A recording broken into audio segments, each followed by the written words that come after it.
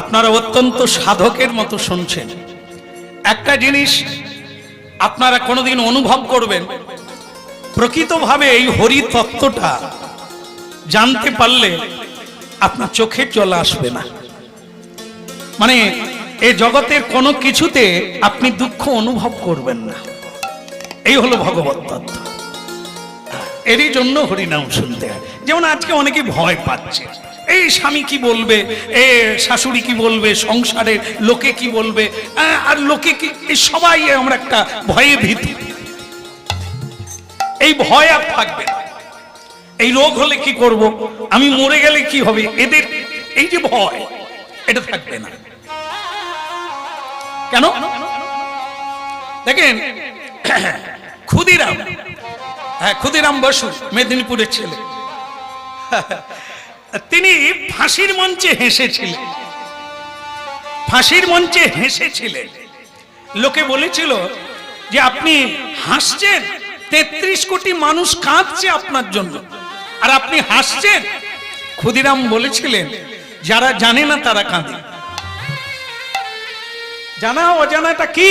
আরে আমি তো মরছি না, এই গলায় ফাঁসি হচ্ছে, আমি মরে যাব না। না, দেহস্মিন যথা দেহে কৌমারং যৌবনং জরা তথা দেহান্তর প্রাপ্তি ধীরস্তত্র নমুজ্জুত। গীতা পড়ে কজন? বাড়ি বাড়ি গীতা আছে। এটা মায়েদের ধারণা আছে যে গীতায় জল তুলসী দিতে হয়। এই জল আর তুলসী দিতে দিতে গীতায় উই লেগে গেছে, গীতার সব অক্ষর ছেপে গেছে। কিন্তু গীতায় জল তুলসী দেওয়ার জন্য নয়, গীতা পড়তে হবে, তবে ভেতরে শক্তি আসে। গীতা হচ্ছে জ্ঞান, গীতা হচ্ছে ভগবানের বাণী, উপদেশ।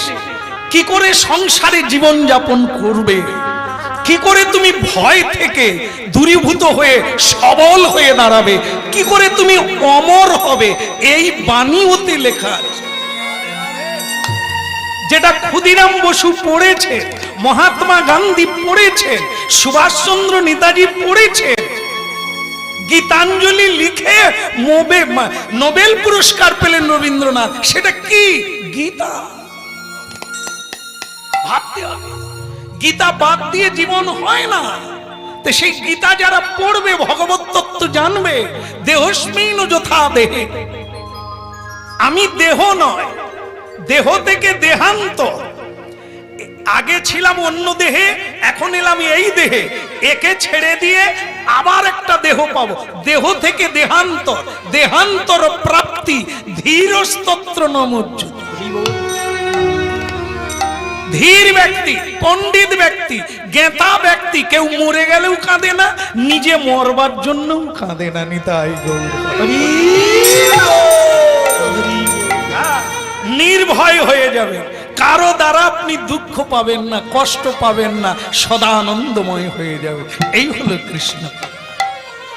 এটা জানতে হবে, এই তত্ত্বটা হৃদয়ঙ্গম করতে হবে, তবে আপনিও জয় জয়কার হয়ে যাবেন। আর লোকে বলবে, না না, মানুষ তারা তো নয়,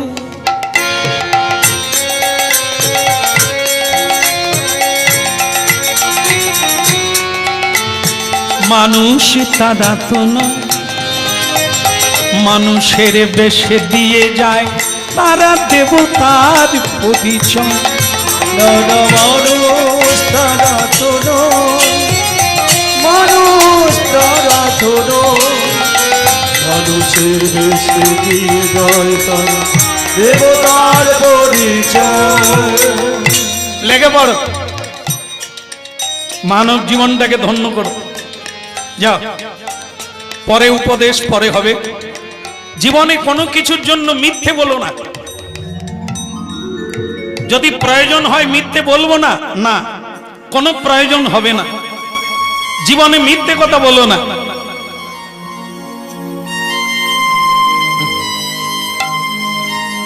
কারবার দেখো, ওটন ওটন মা, জয় নিতে, জয় নিতে। বসুন বসুন মা। রোজগার করেন নাকি? ও ঠাকুমা, আপনি রোজগার করেন নাকি? তবু টাকা দিয়ে দিন।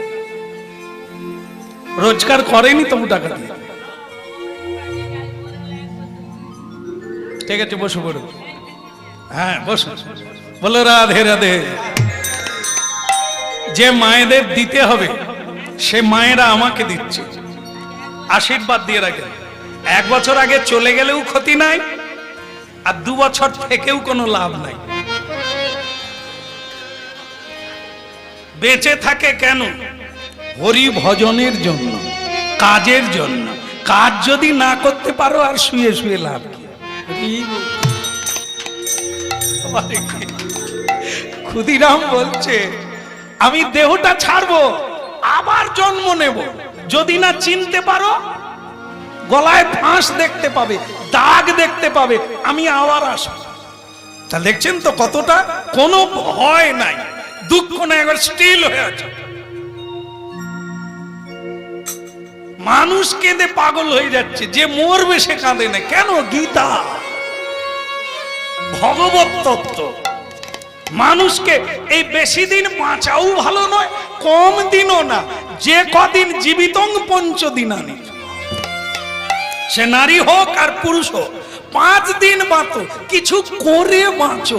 না করেও খেয়ে দে ঘুমিয়ে লালা রে লালা, তারপরে গেল রে মারল রে মারল। কি ধুমধাম করে অন্নপ্রাশন আমাকে কীর্তনে ডেকেছে। সে বাবা মা কি খুশি জানেন তো, বুড়ো বয়সে ছেলে পেয়েছে। কি খরচা, জমি জায়গা বিক্রি করে লেগে পড়েছে, এত আনন্দ। আমি বলি দেখেন, ছাগল দেখেছেন?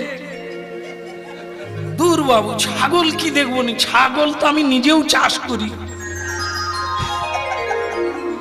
কাকে শোনাচ্ছি ছাগলের কথা? তা ছাগল দেখবেন জন্মের পরেই লাফালাফি করে, ছাগল বাচ্চা। তো একটা ছাগল বাচ্চা সে লাফালাফি করছে, ঢিপির উপরে উঠে পড়ছে, আবার লাফিয়ে মায়ের কাছে আসছে।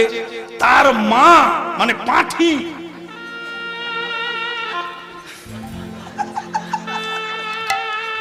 ও মা, ছাগলের মা পাঁঠি না তো, ছাগলের বাবা পাঁঠা,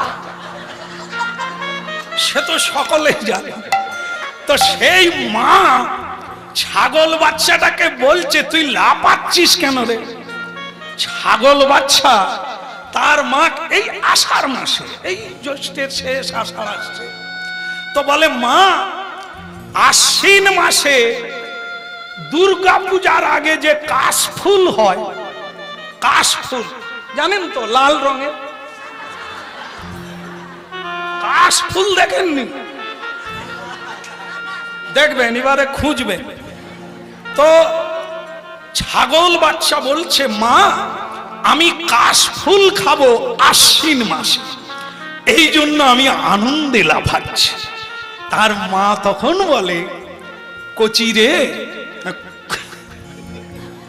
তুই লাফানো বন্ধ কর, কাশফুল হবে আশ্বিন মাসে, তার আগে যে ফল হারিনি কালী পূজা আছে।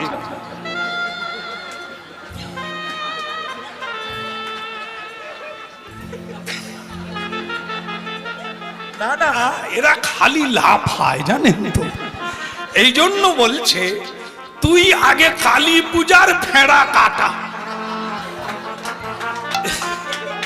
যদি বেঁচে থাকিস কাশফুল খাবি।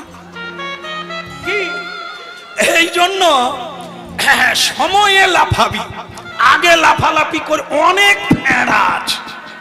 কি এই জন্য মানব জীবনে এই যে ছেলে হয়েছে বলে জমি জায়গা বিক্রি করে লোককে খাওয়াচ্ছে, পাটি দিচ্ছে, হ্যাঁ, জীবের মাথা খাচ্ছে, এর মাথা মানে ওই মেরে খাচ্ছে।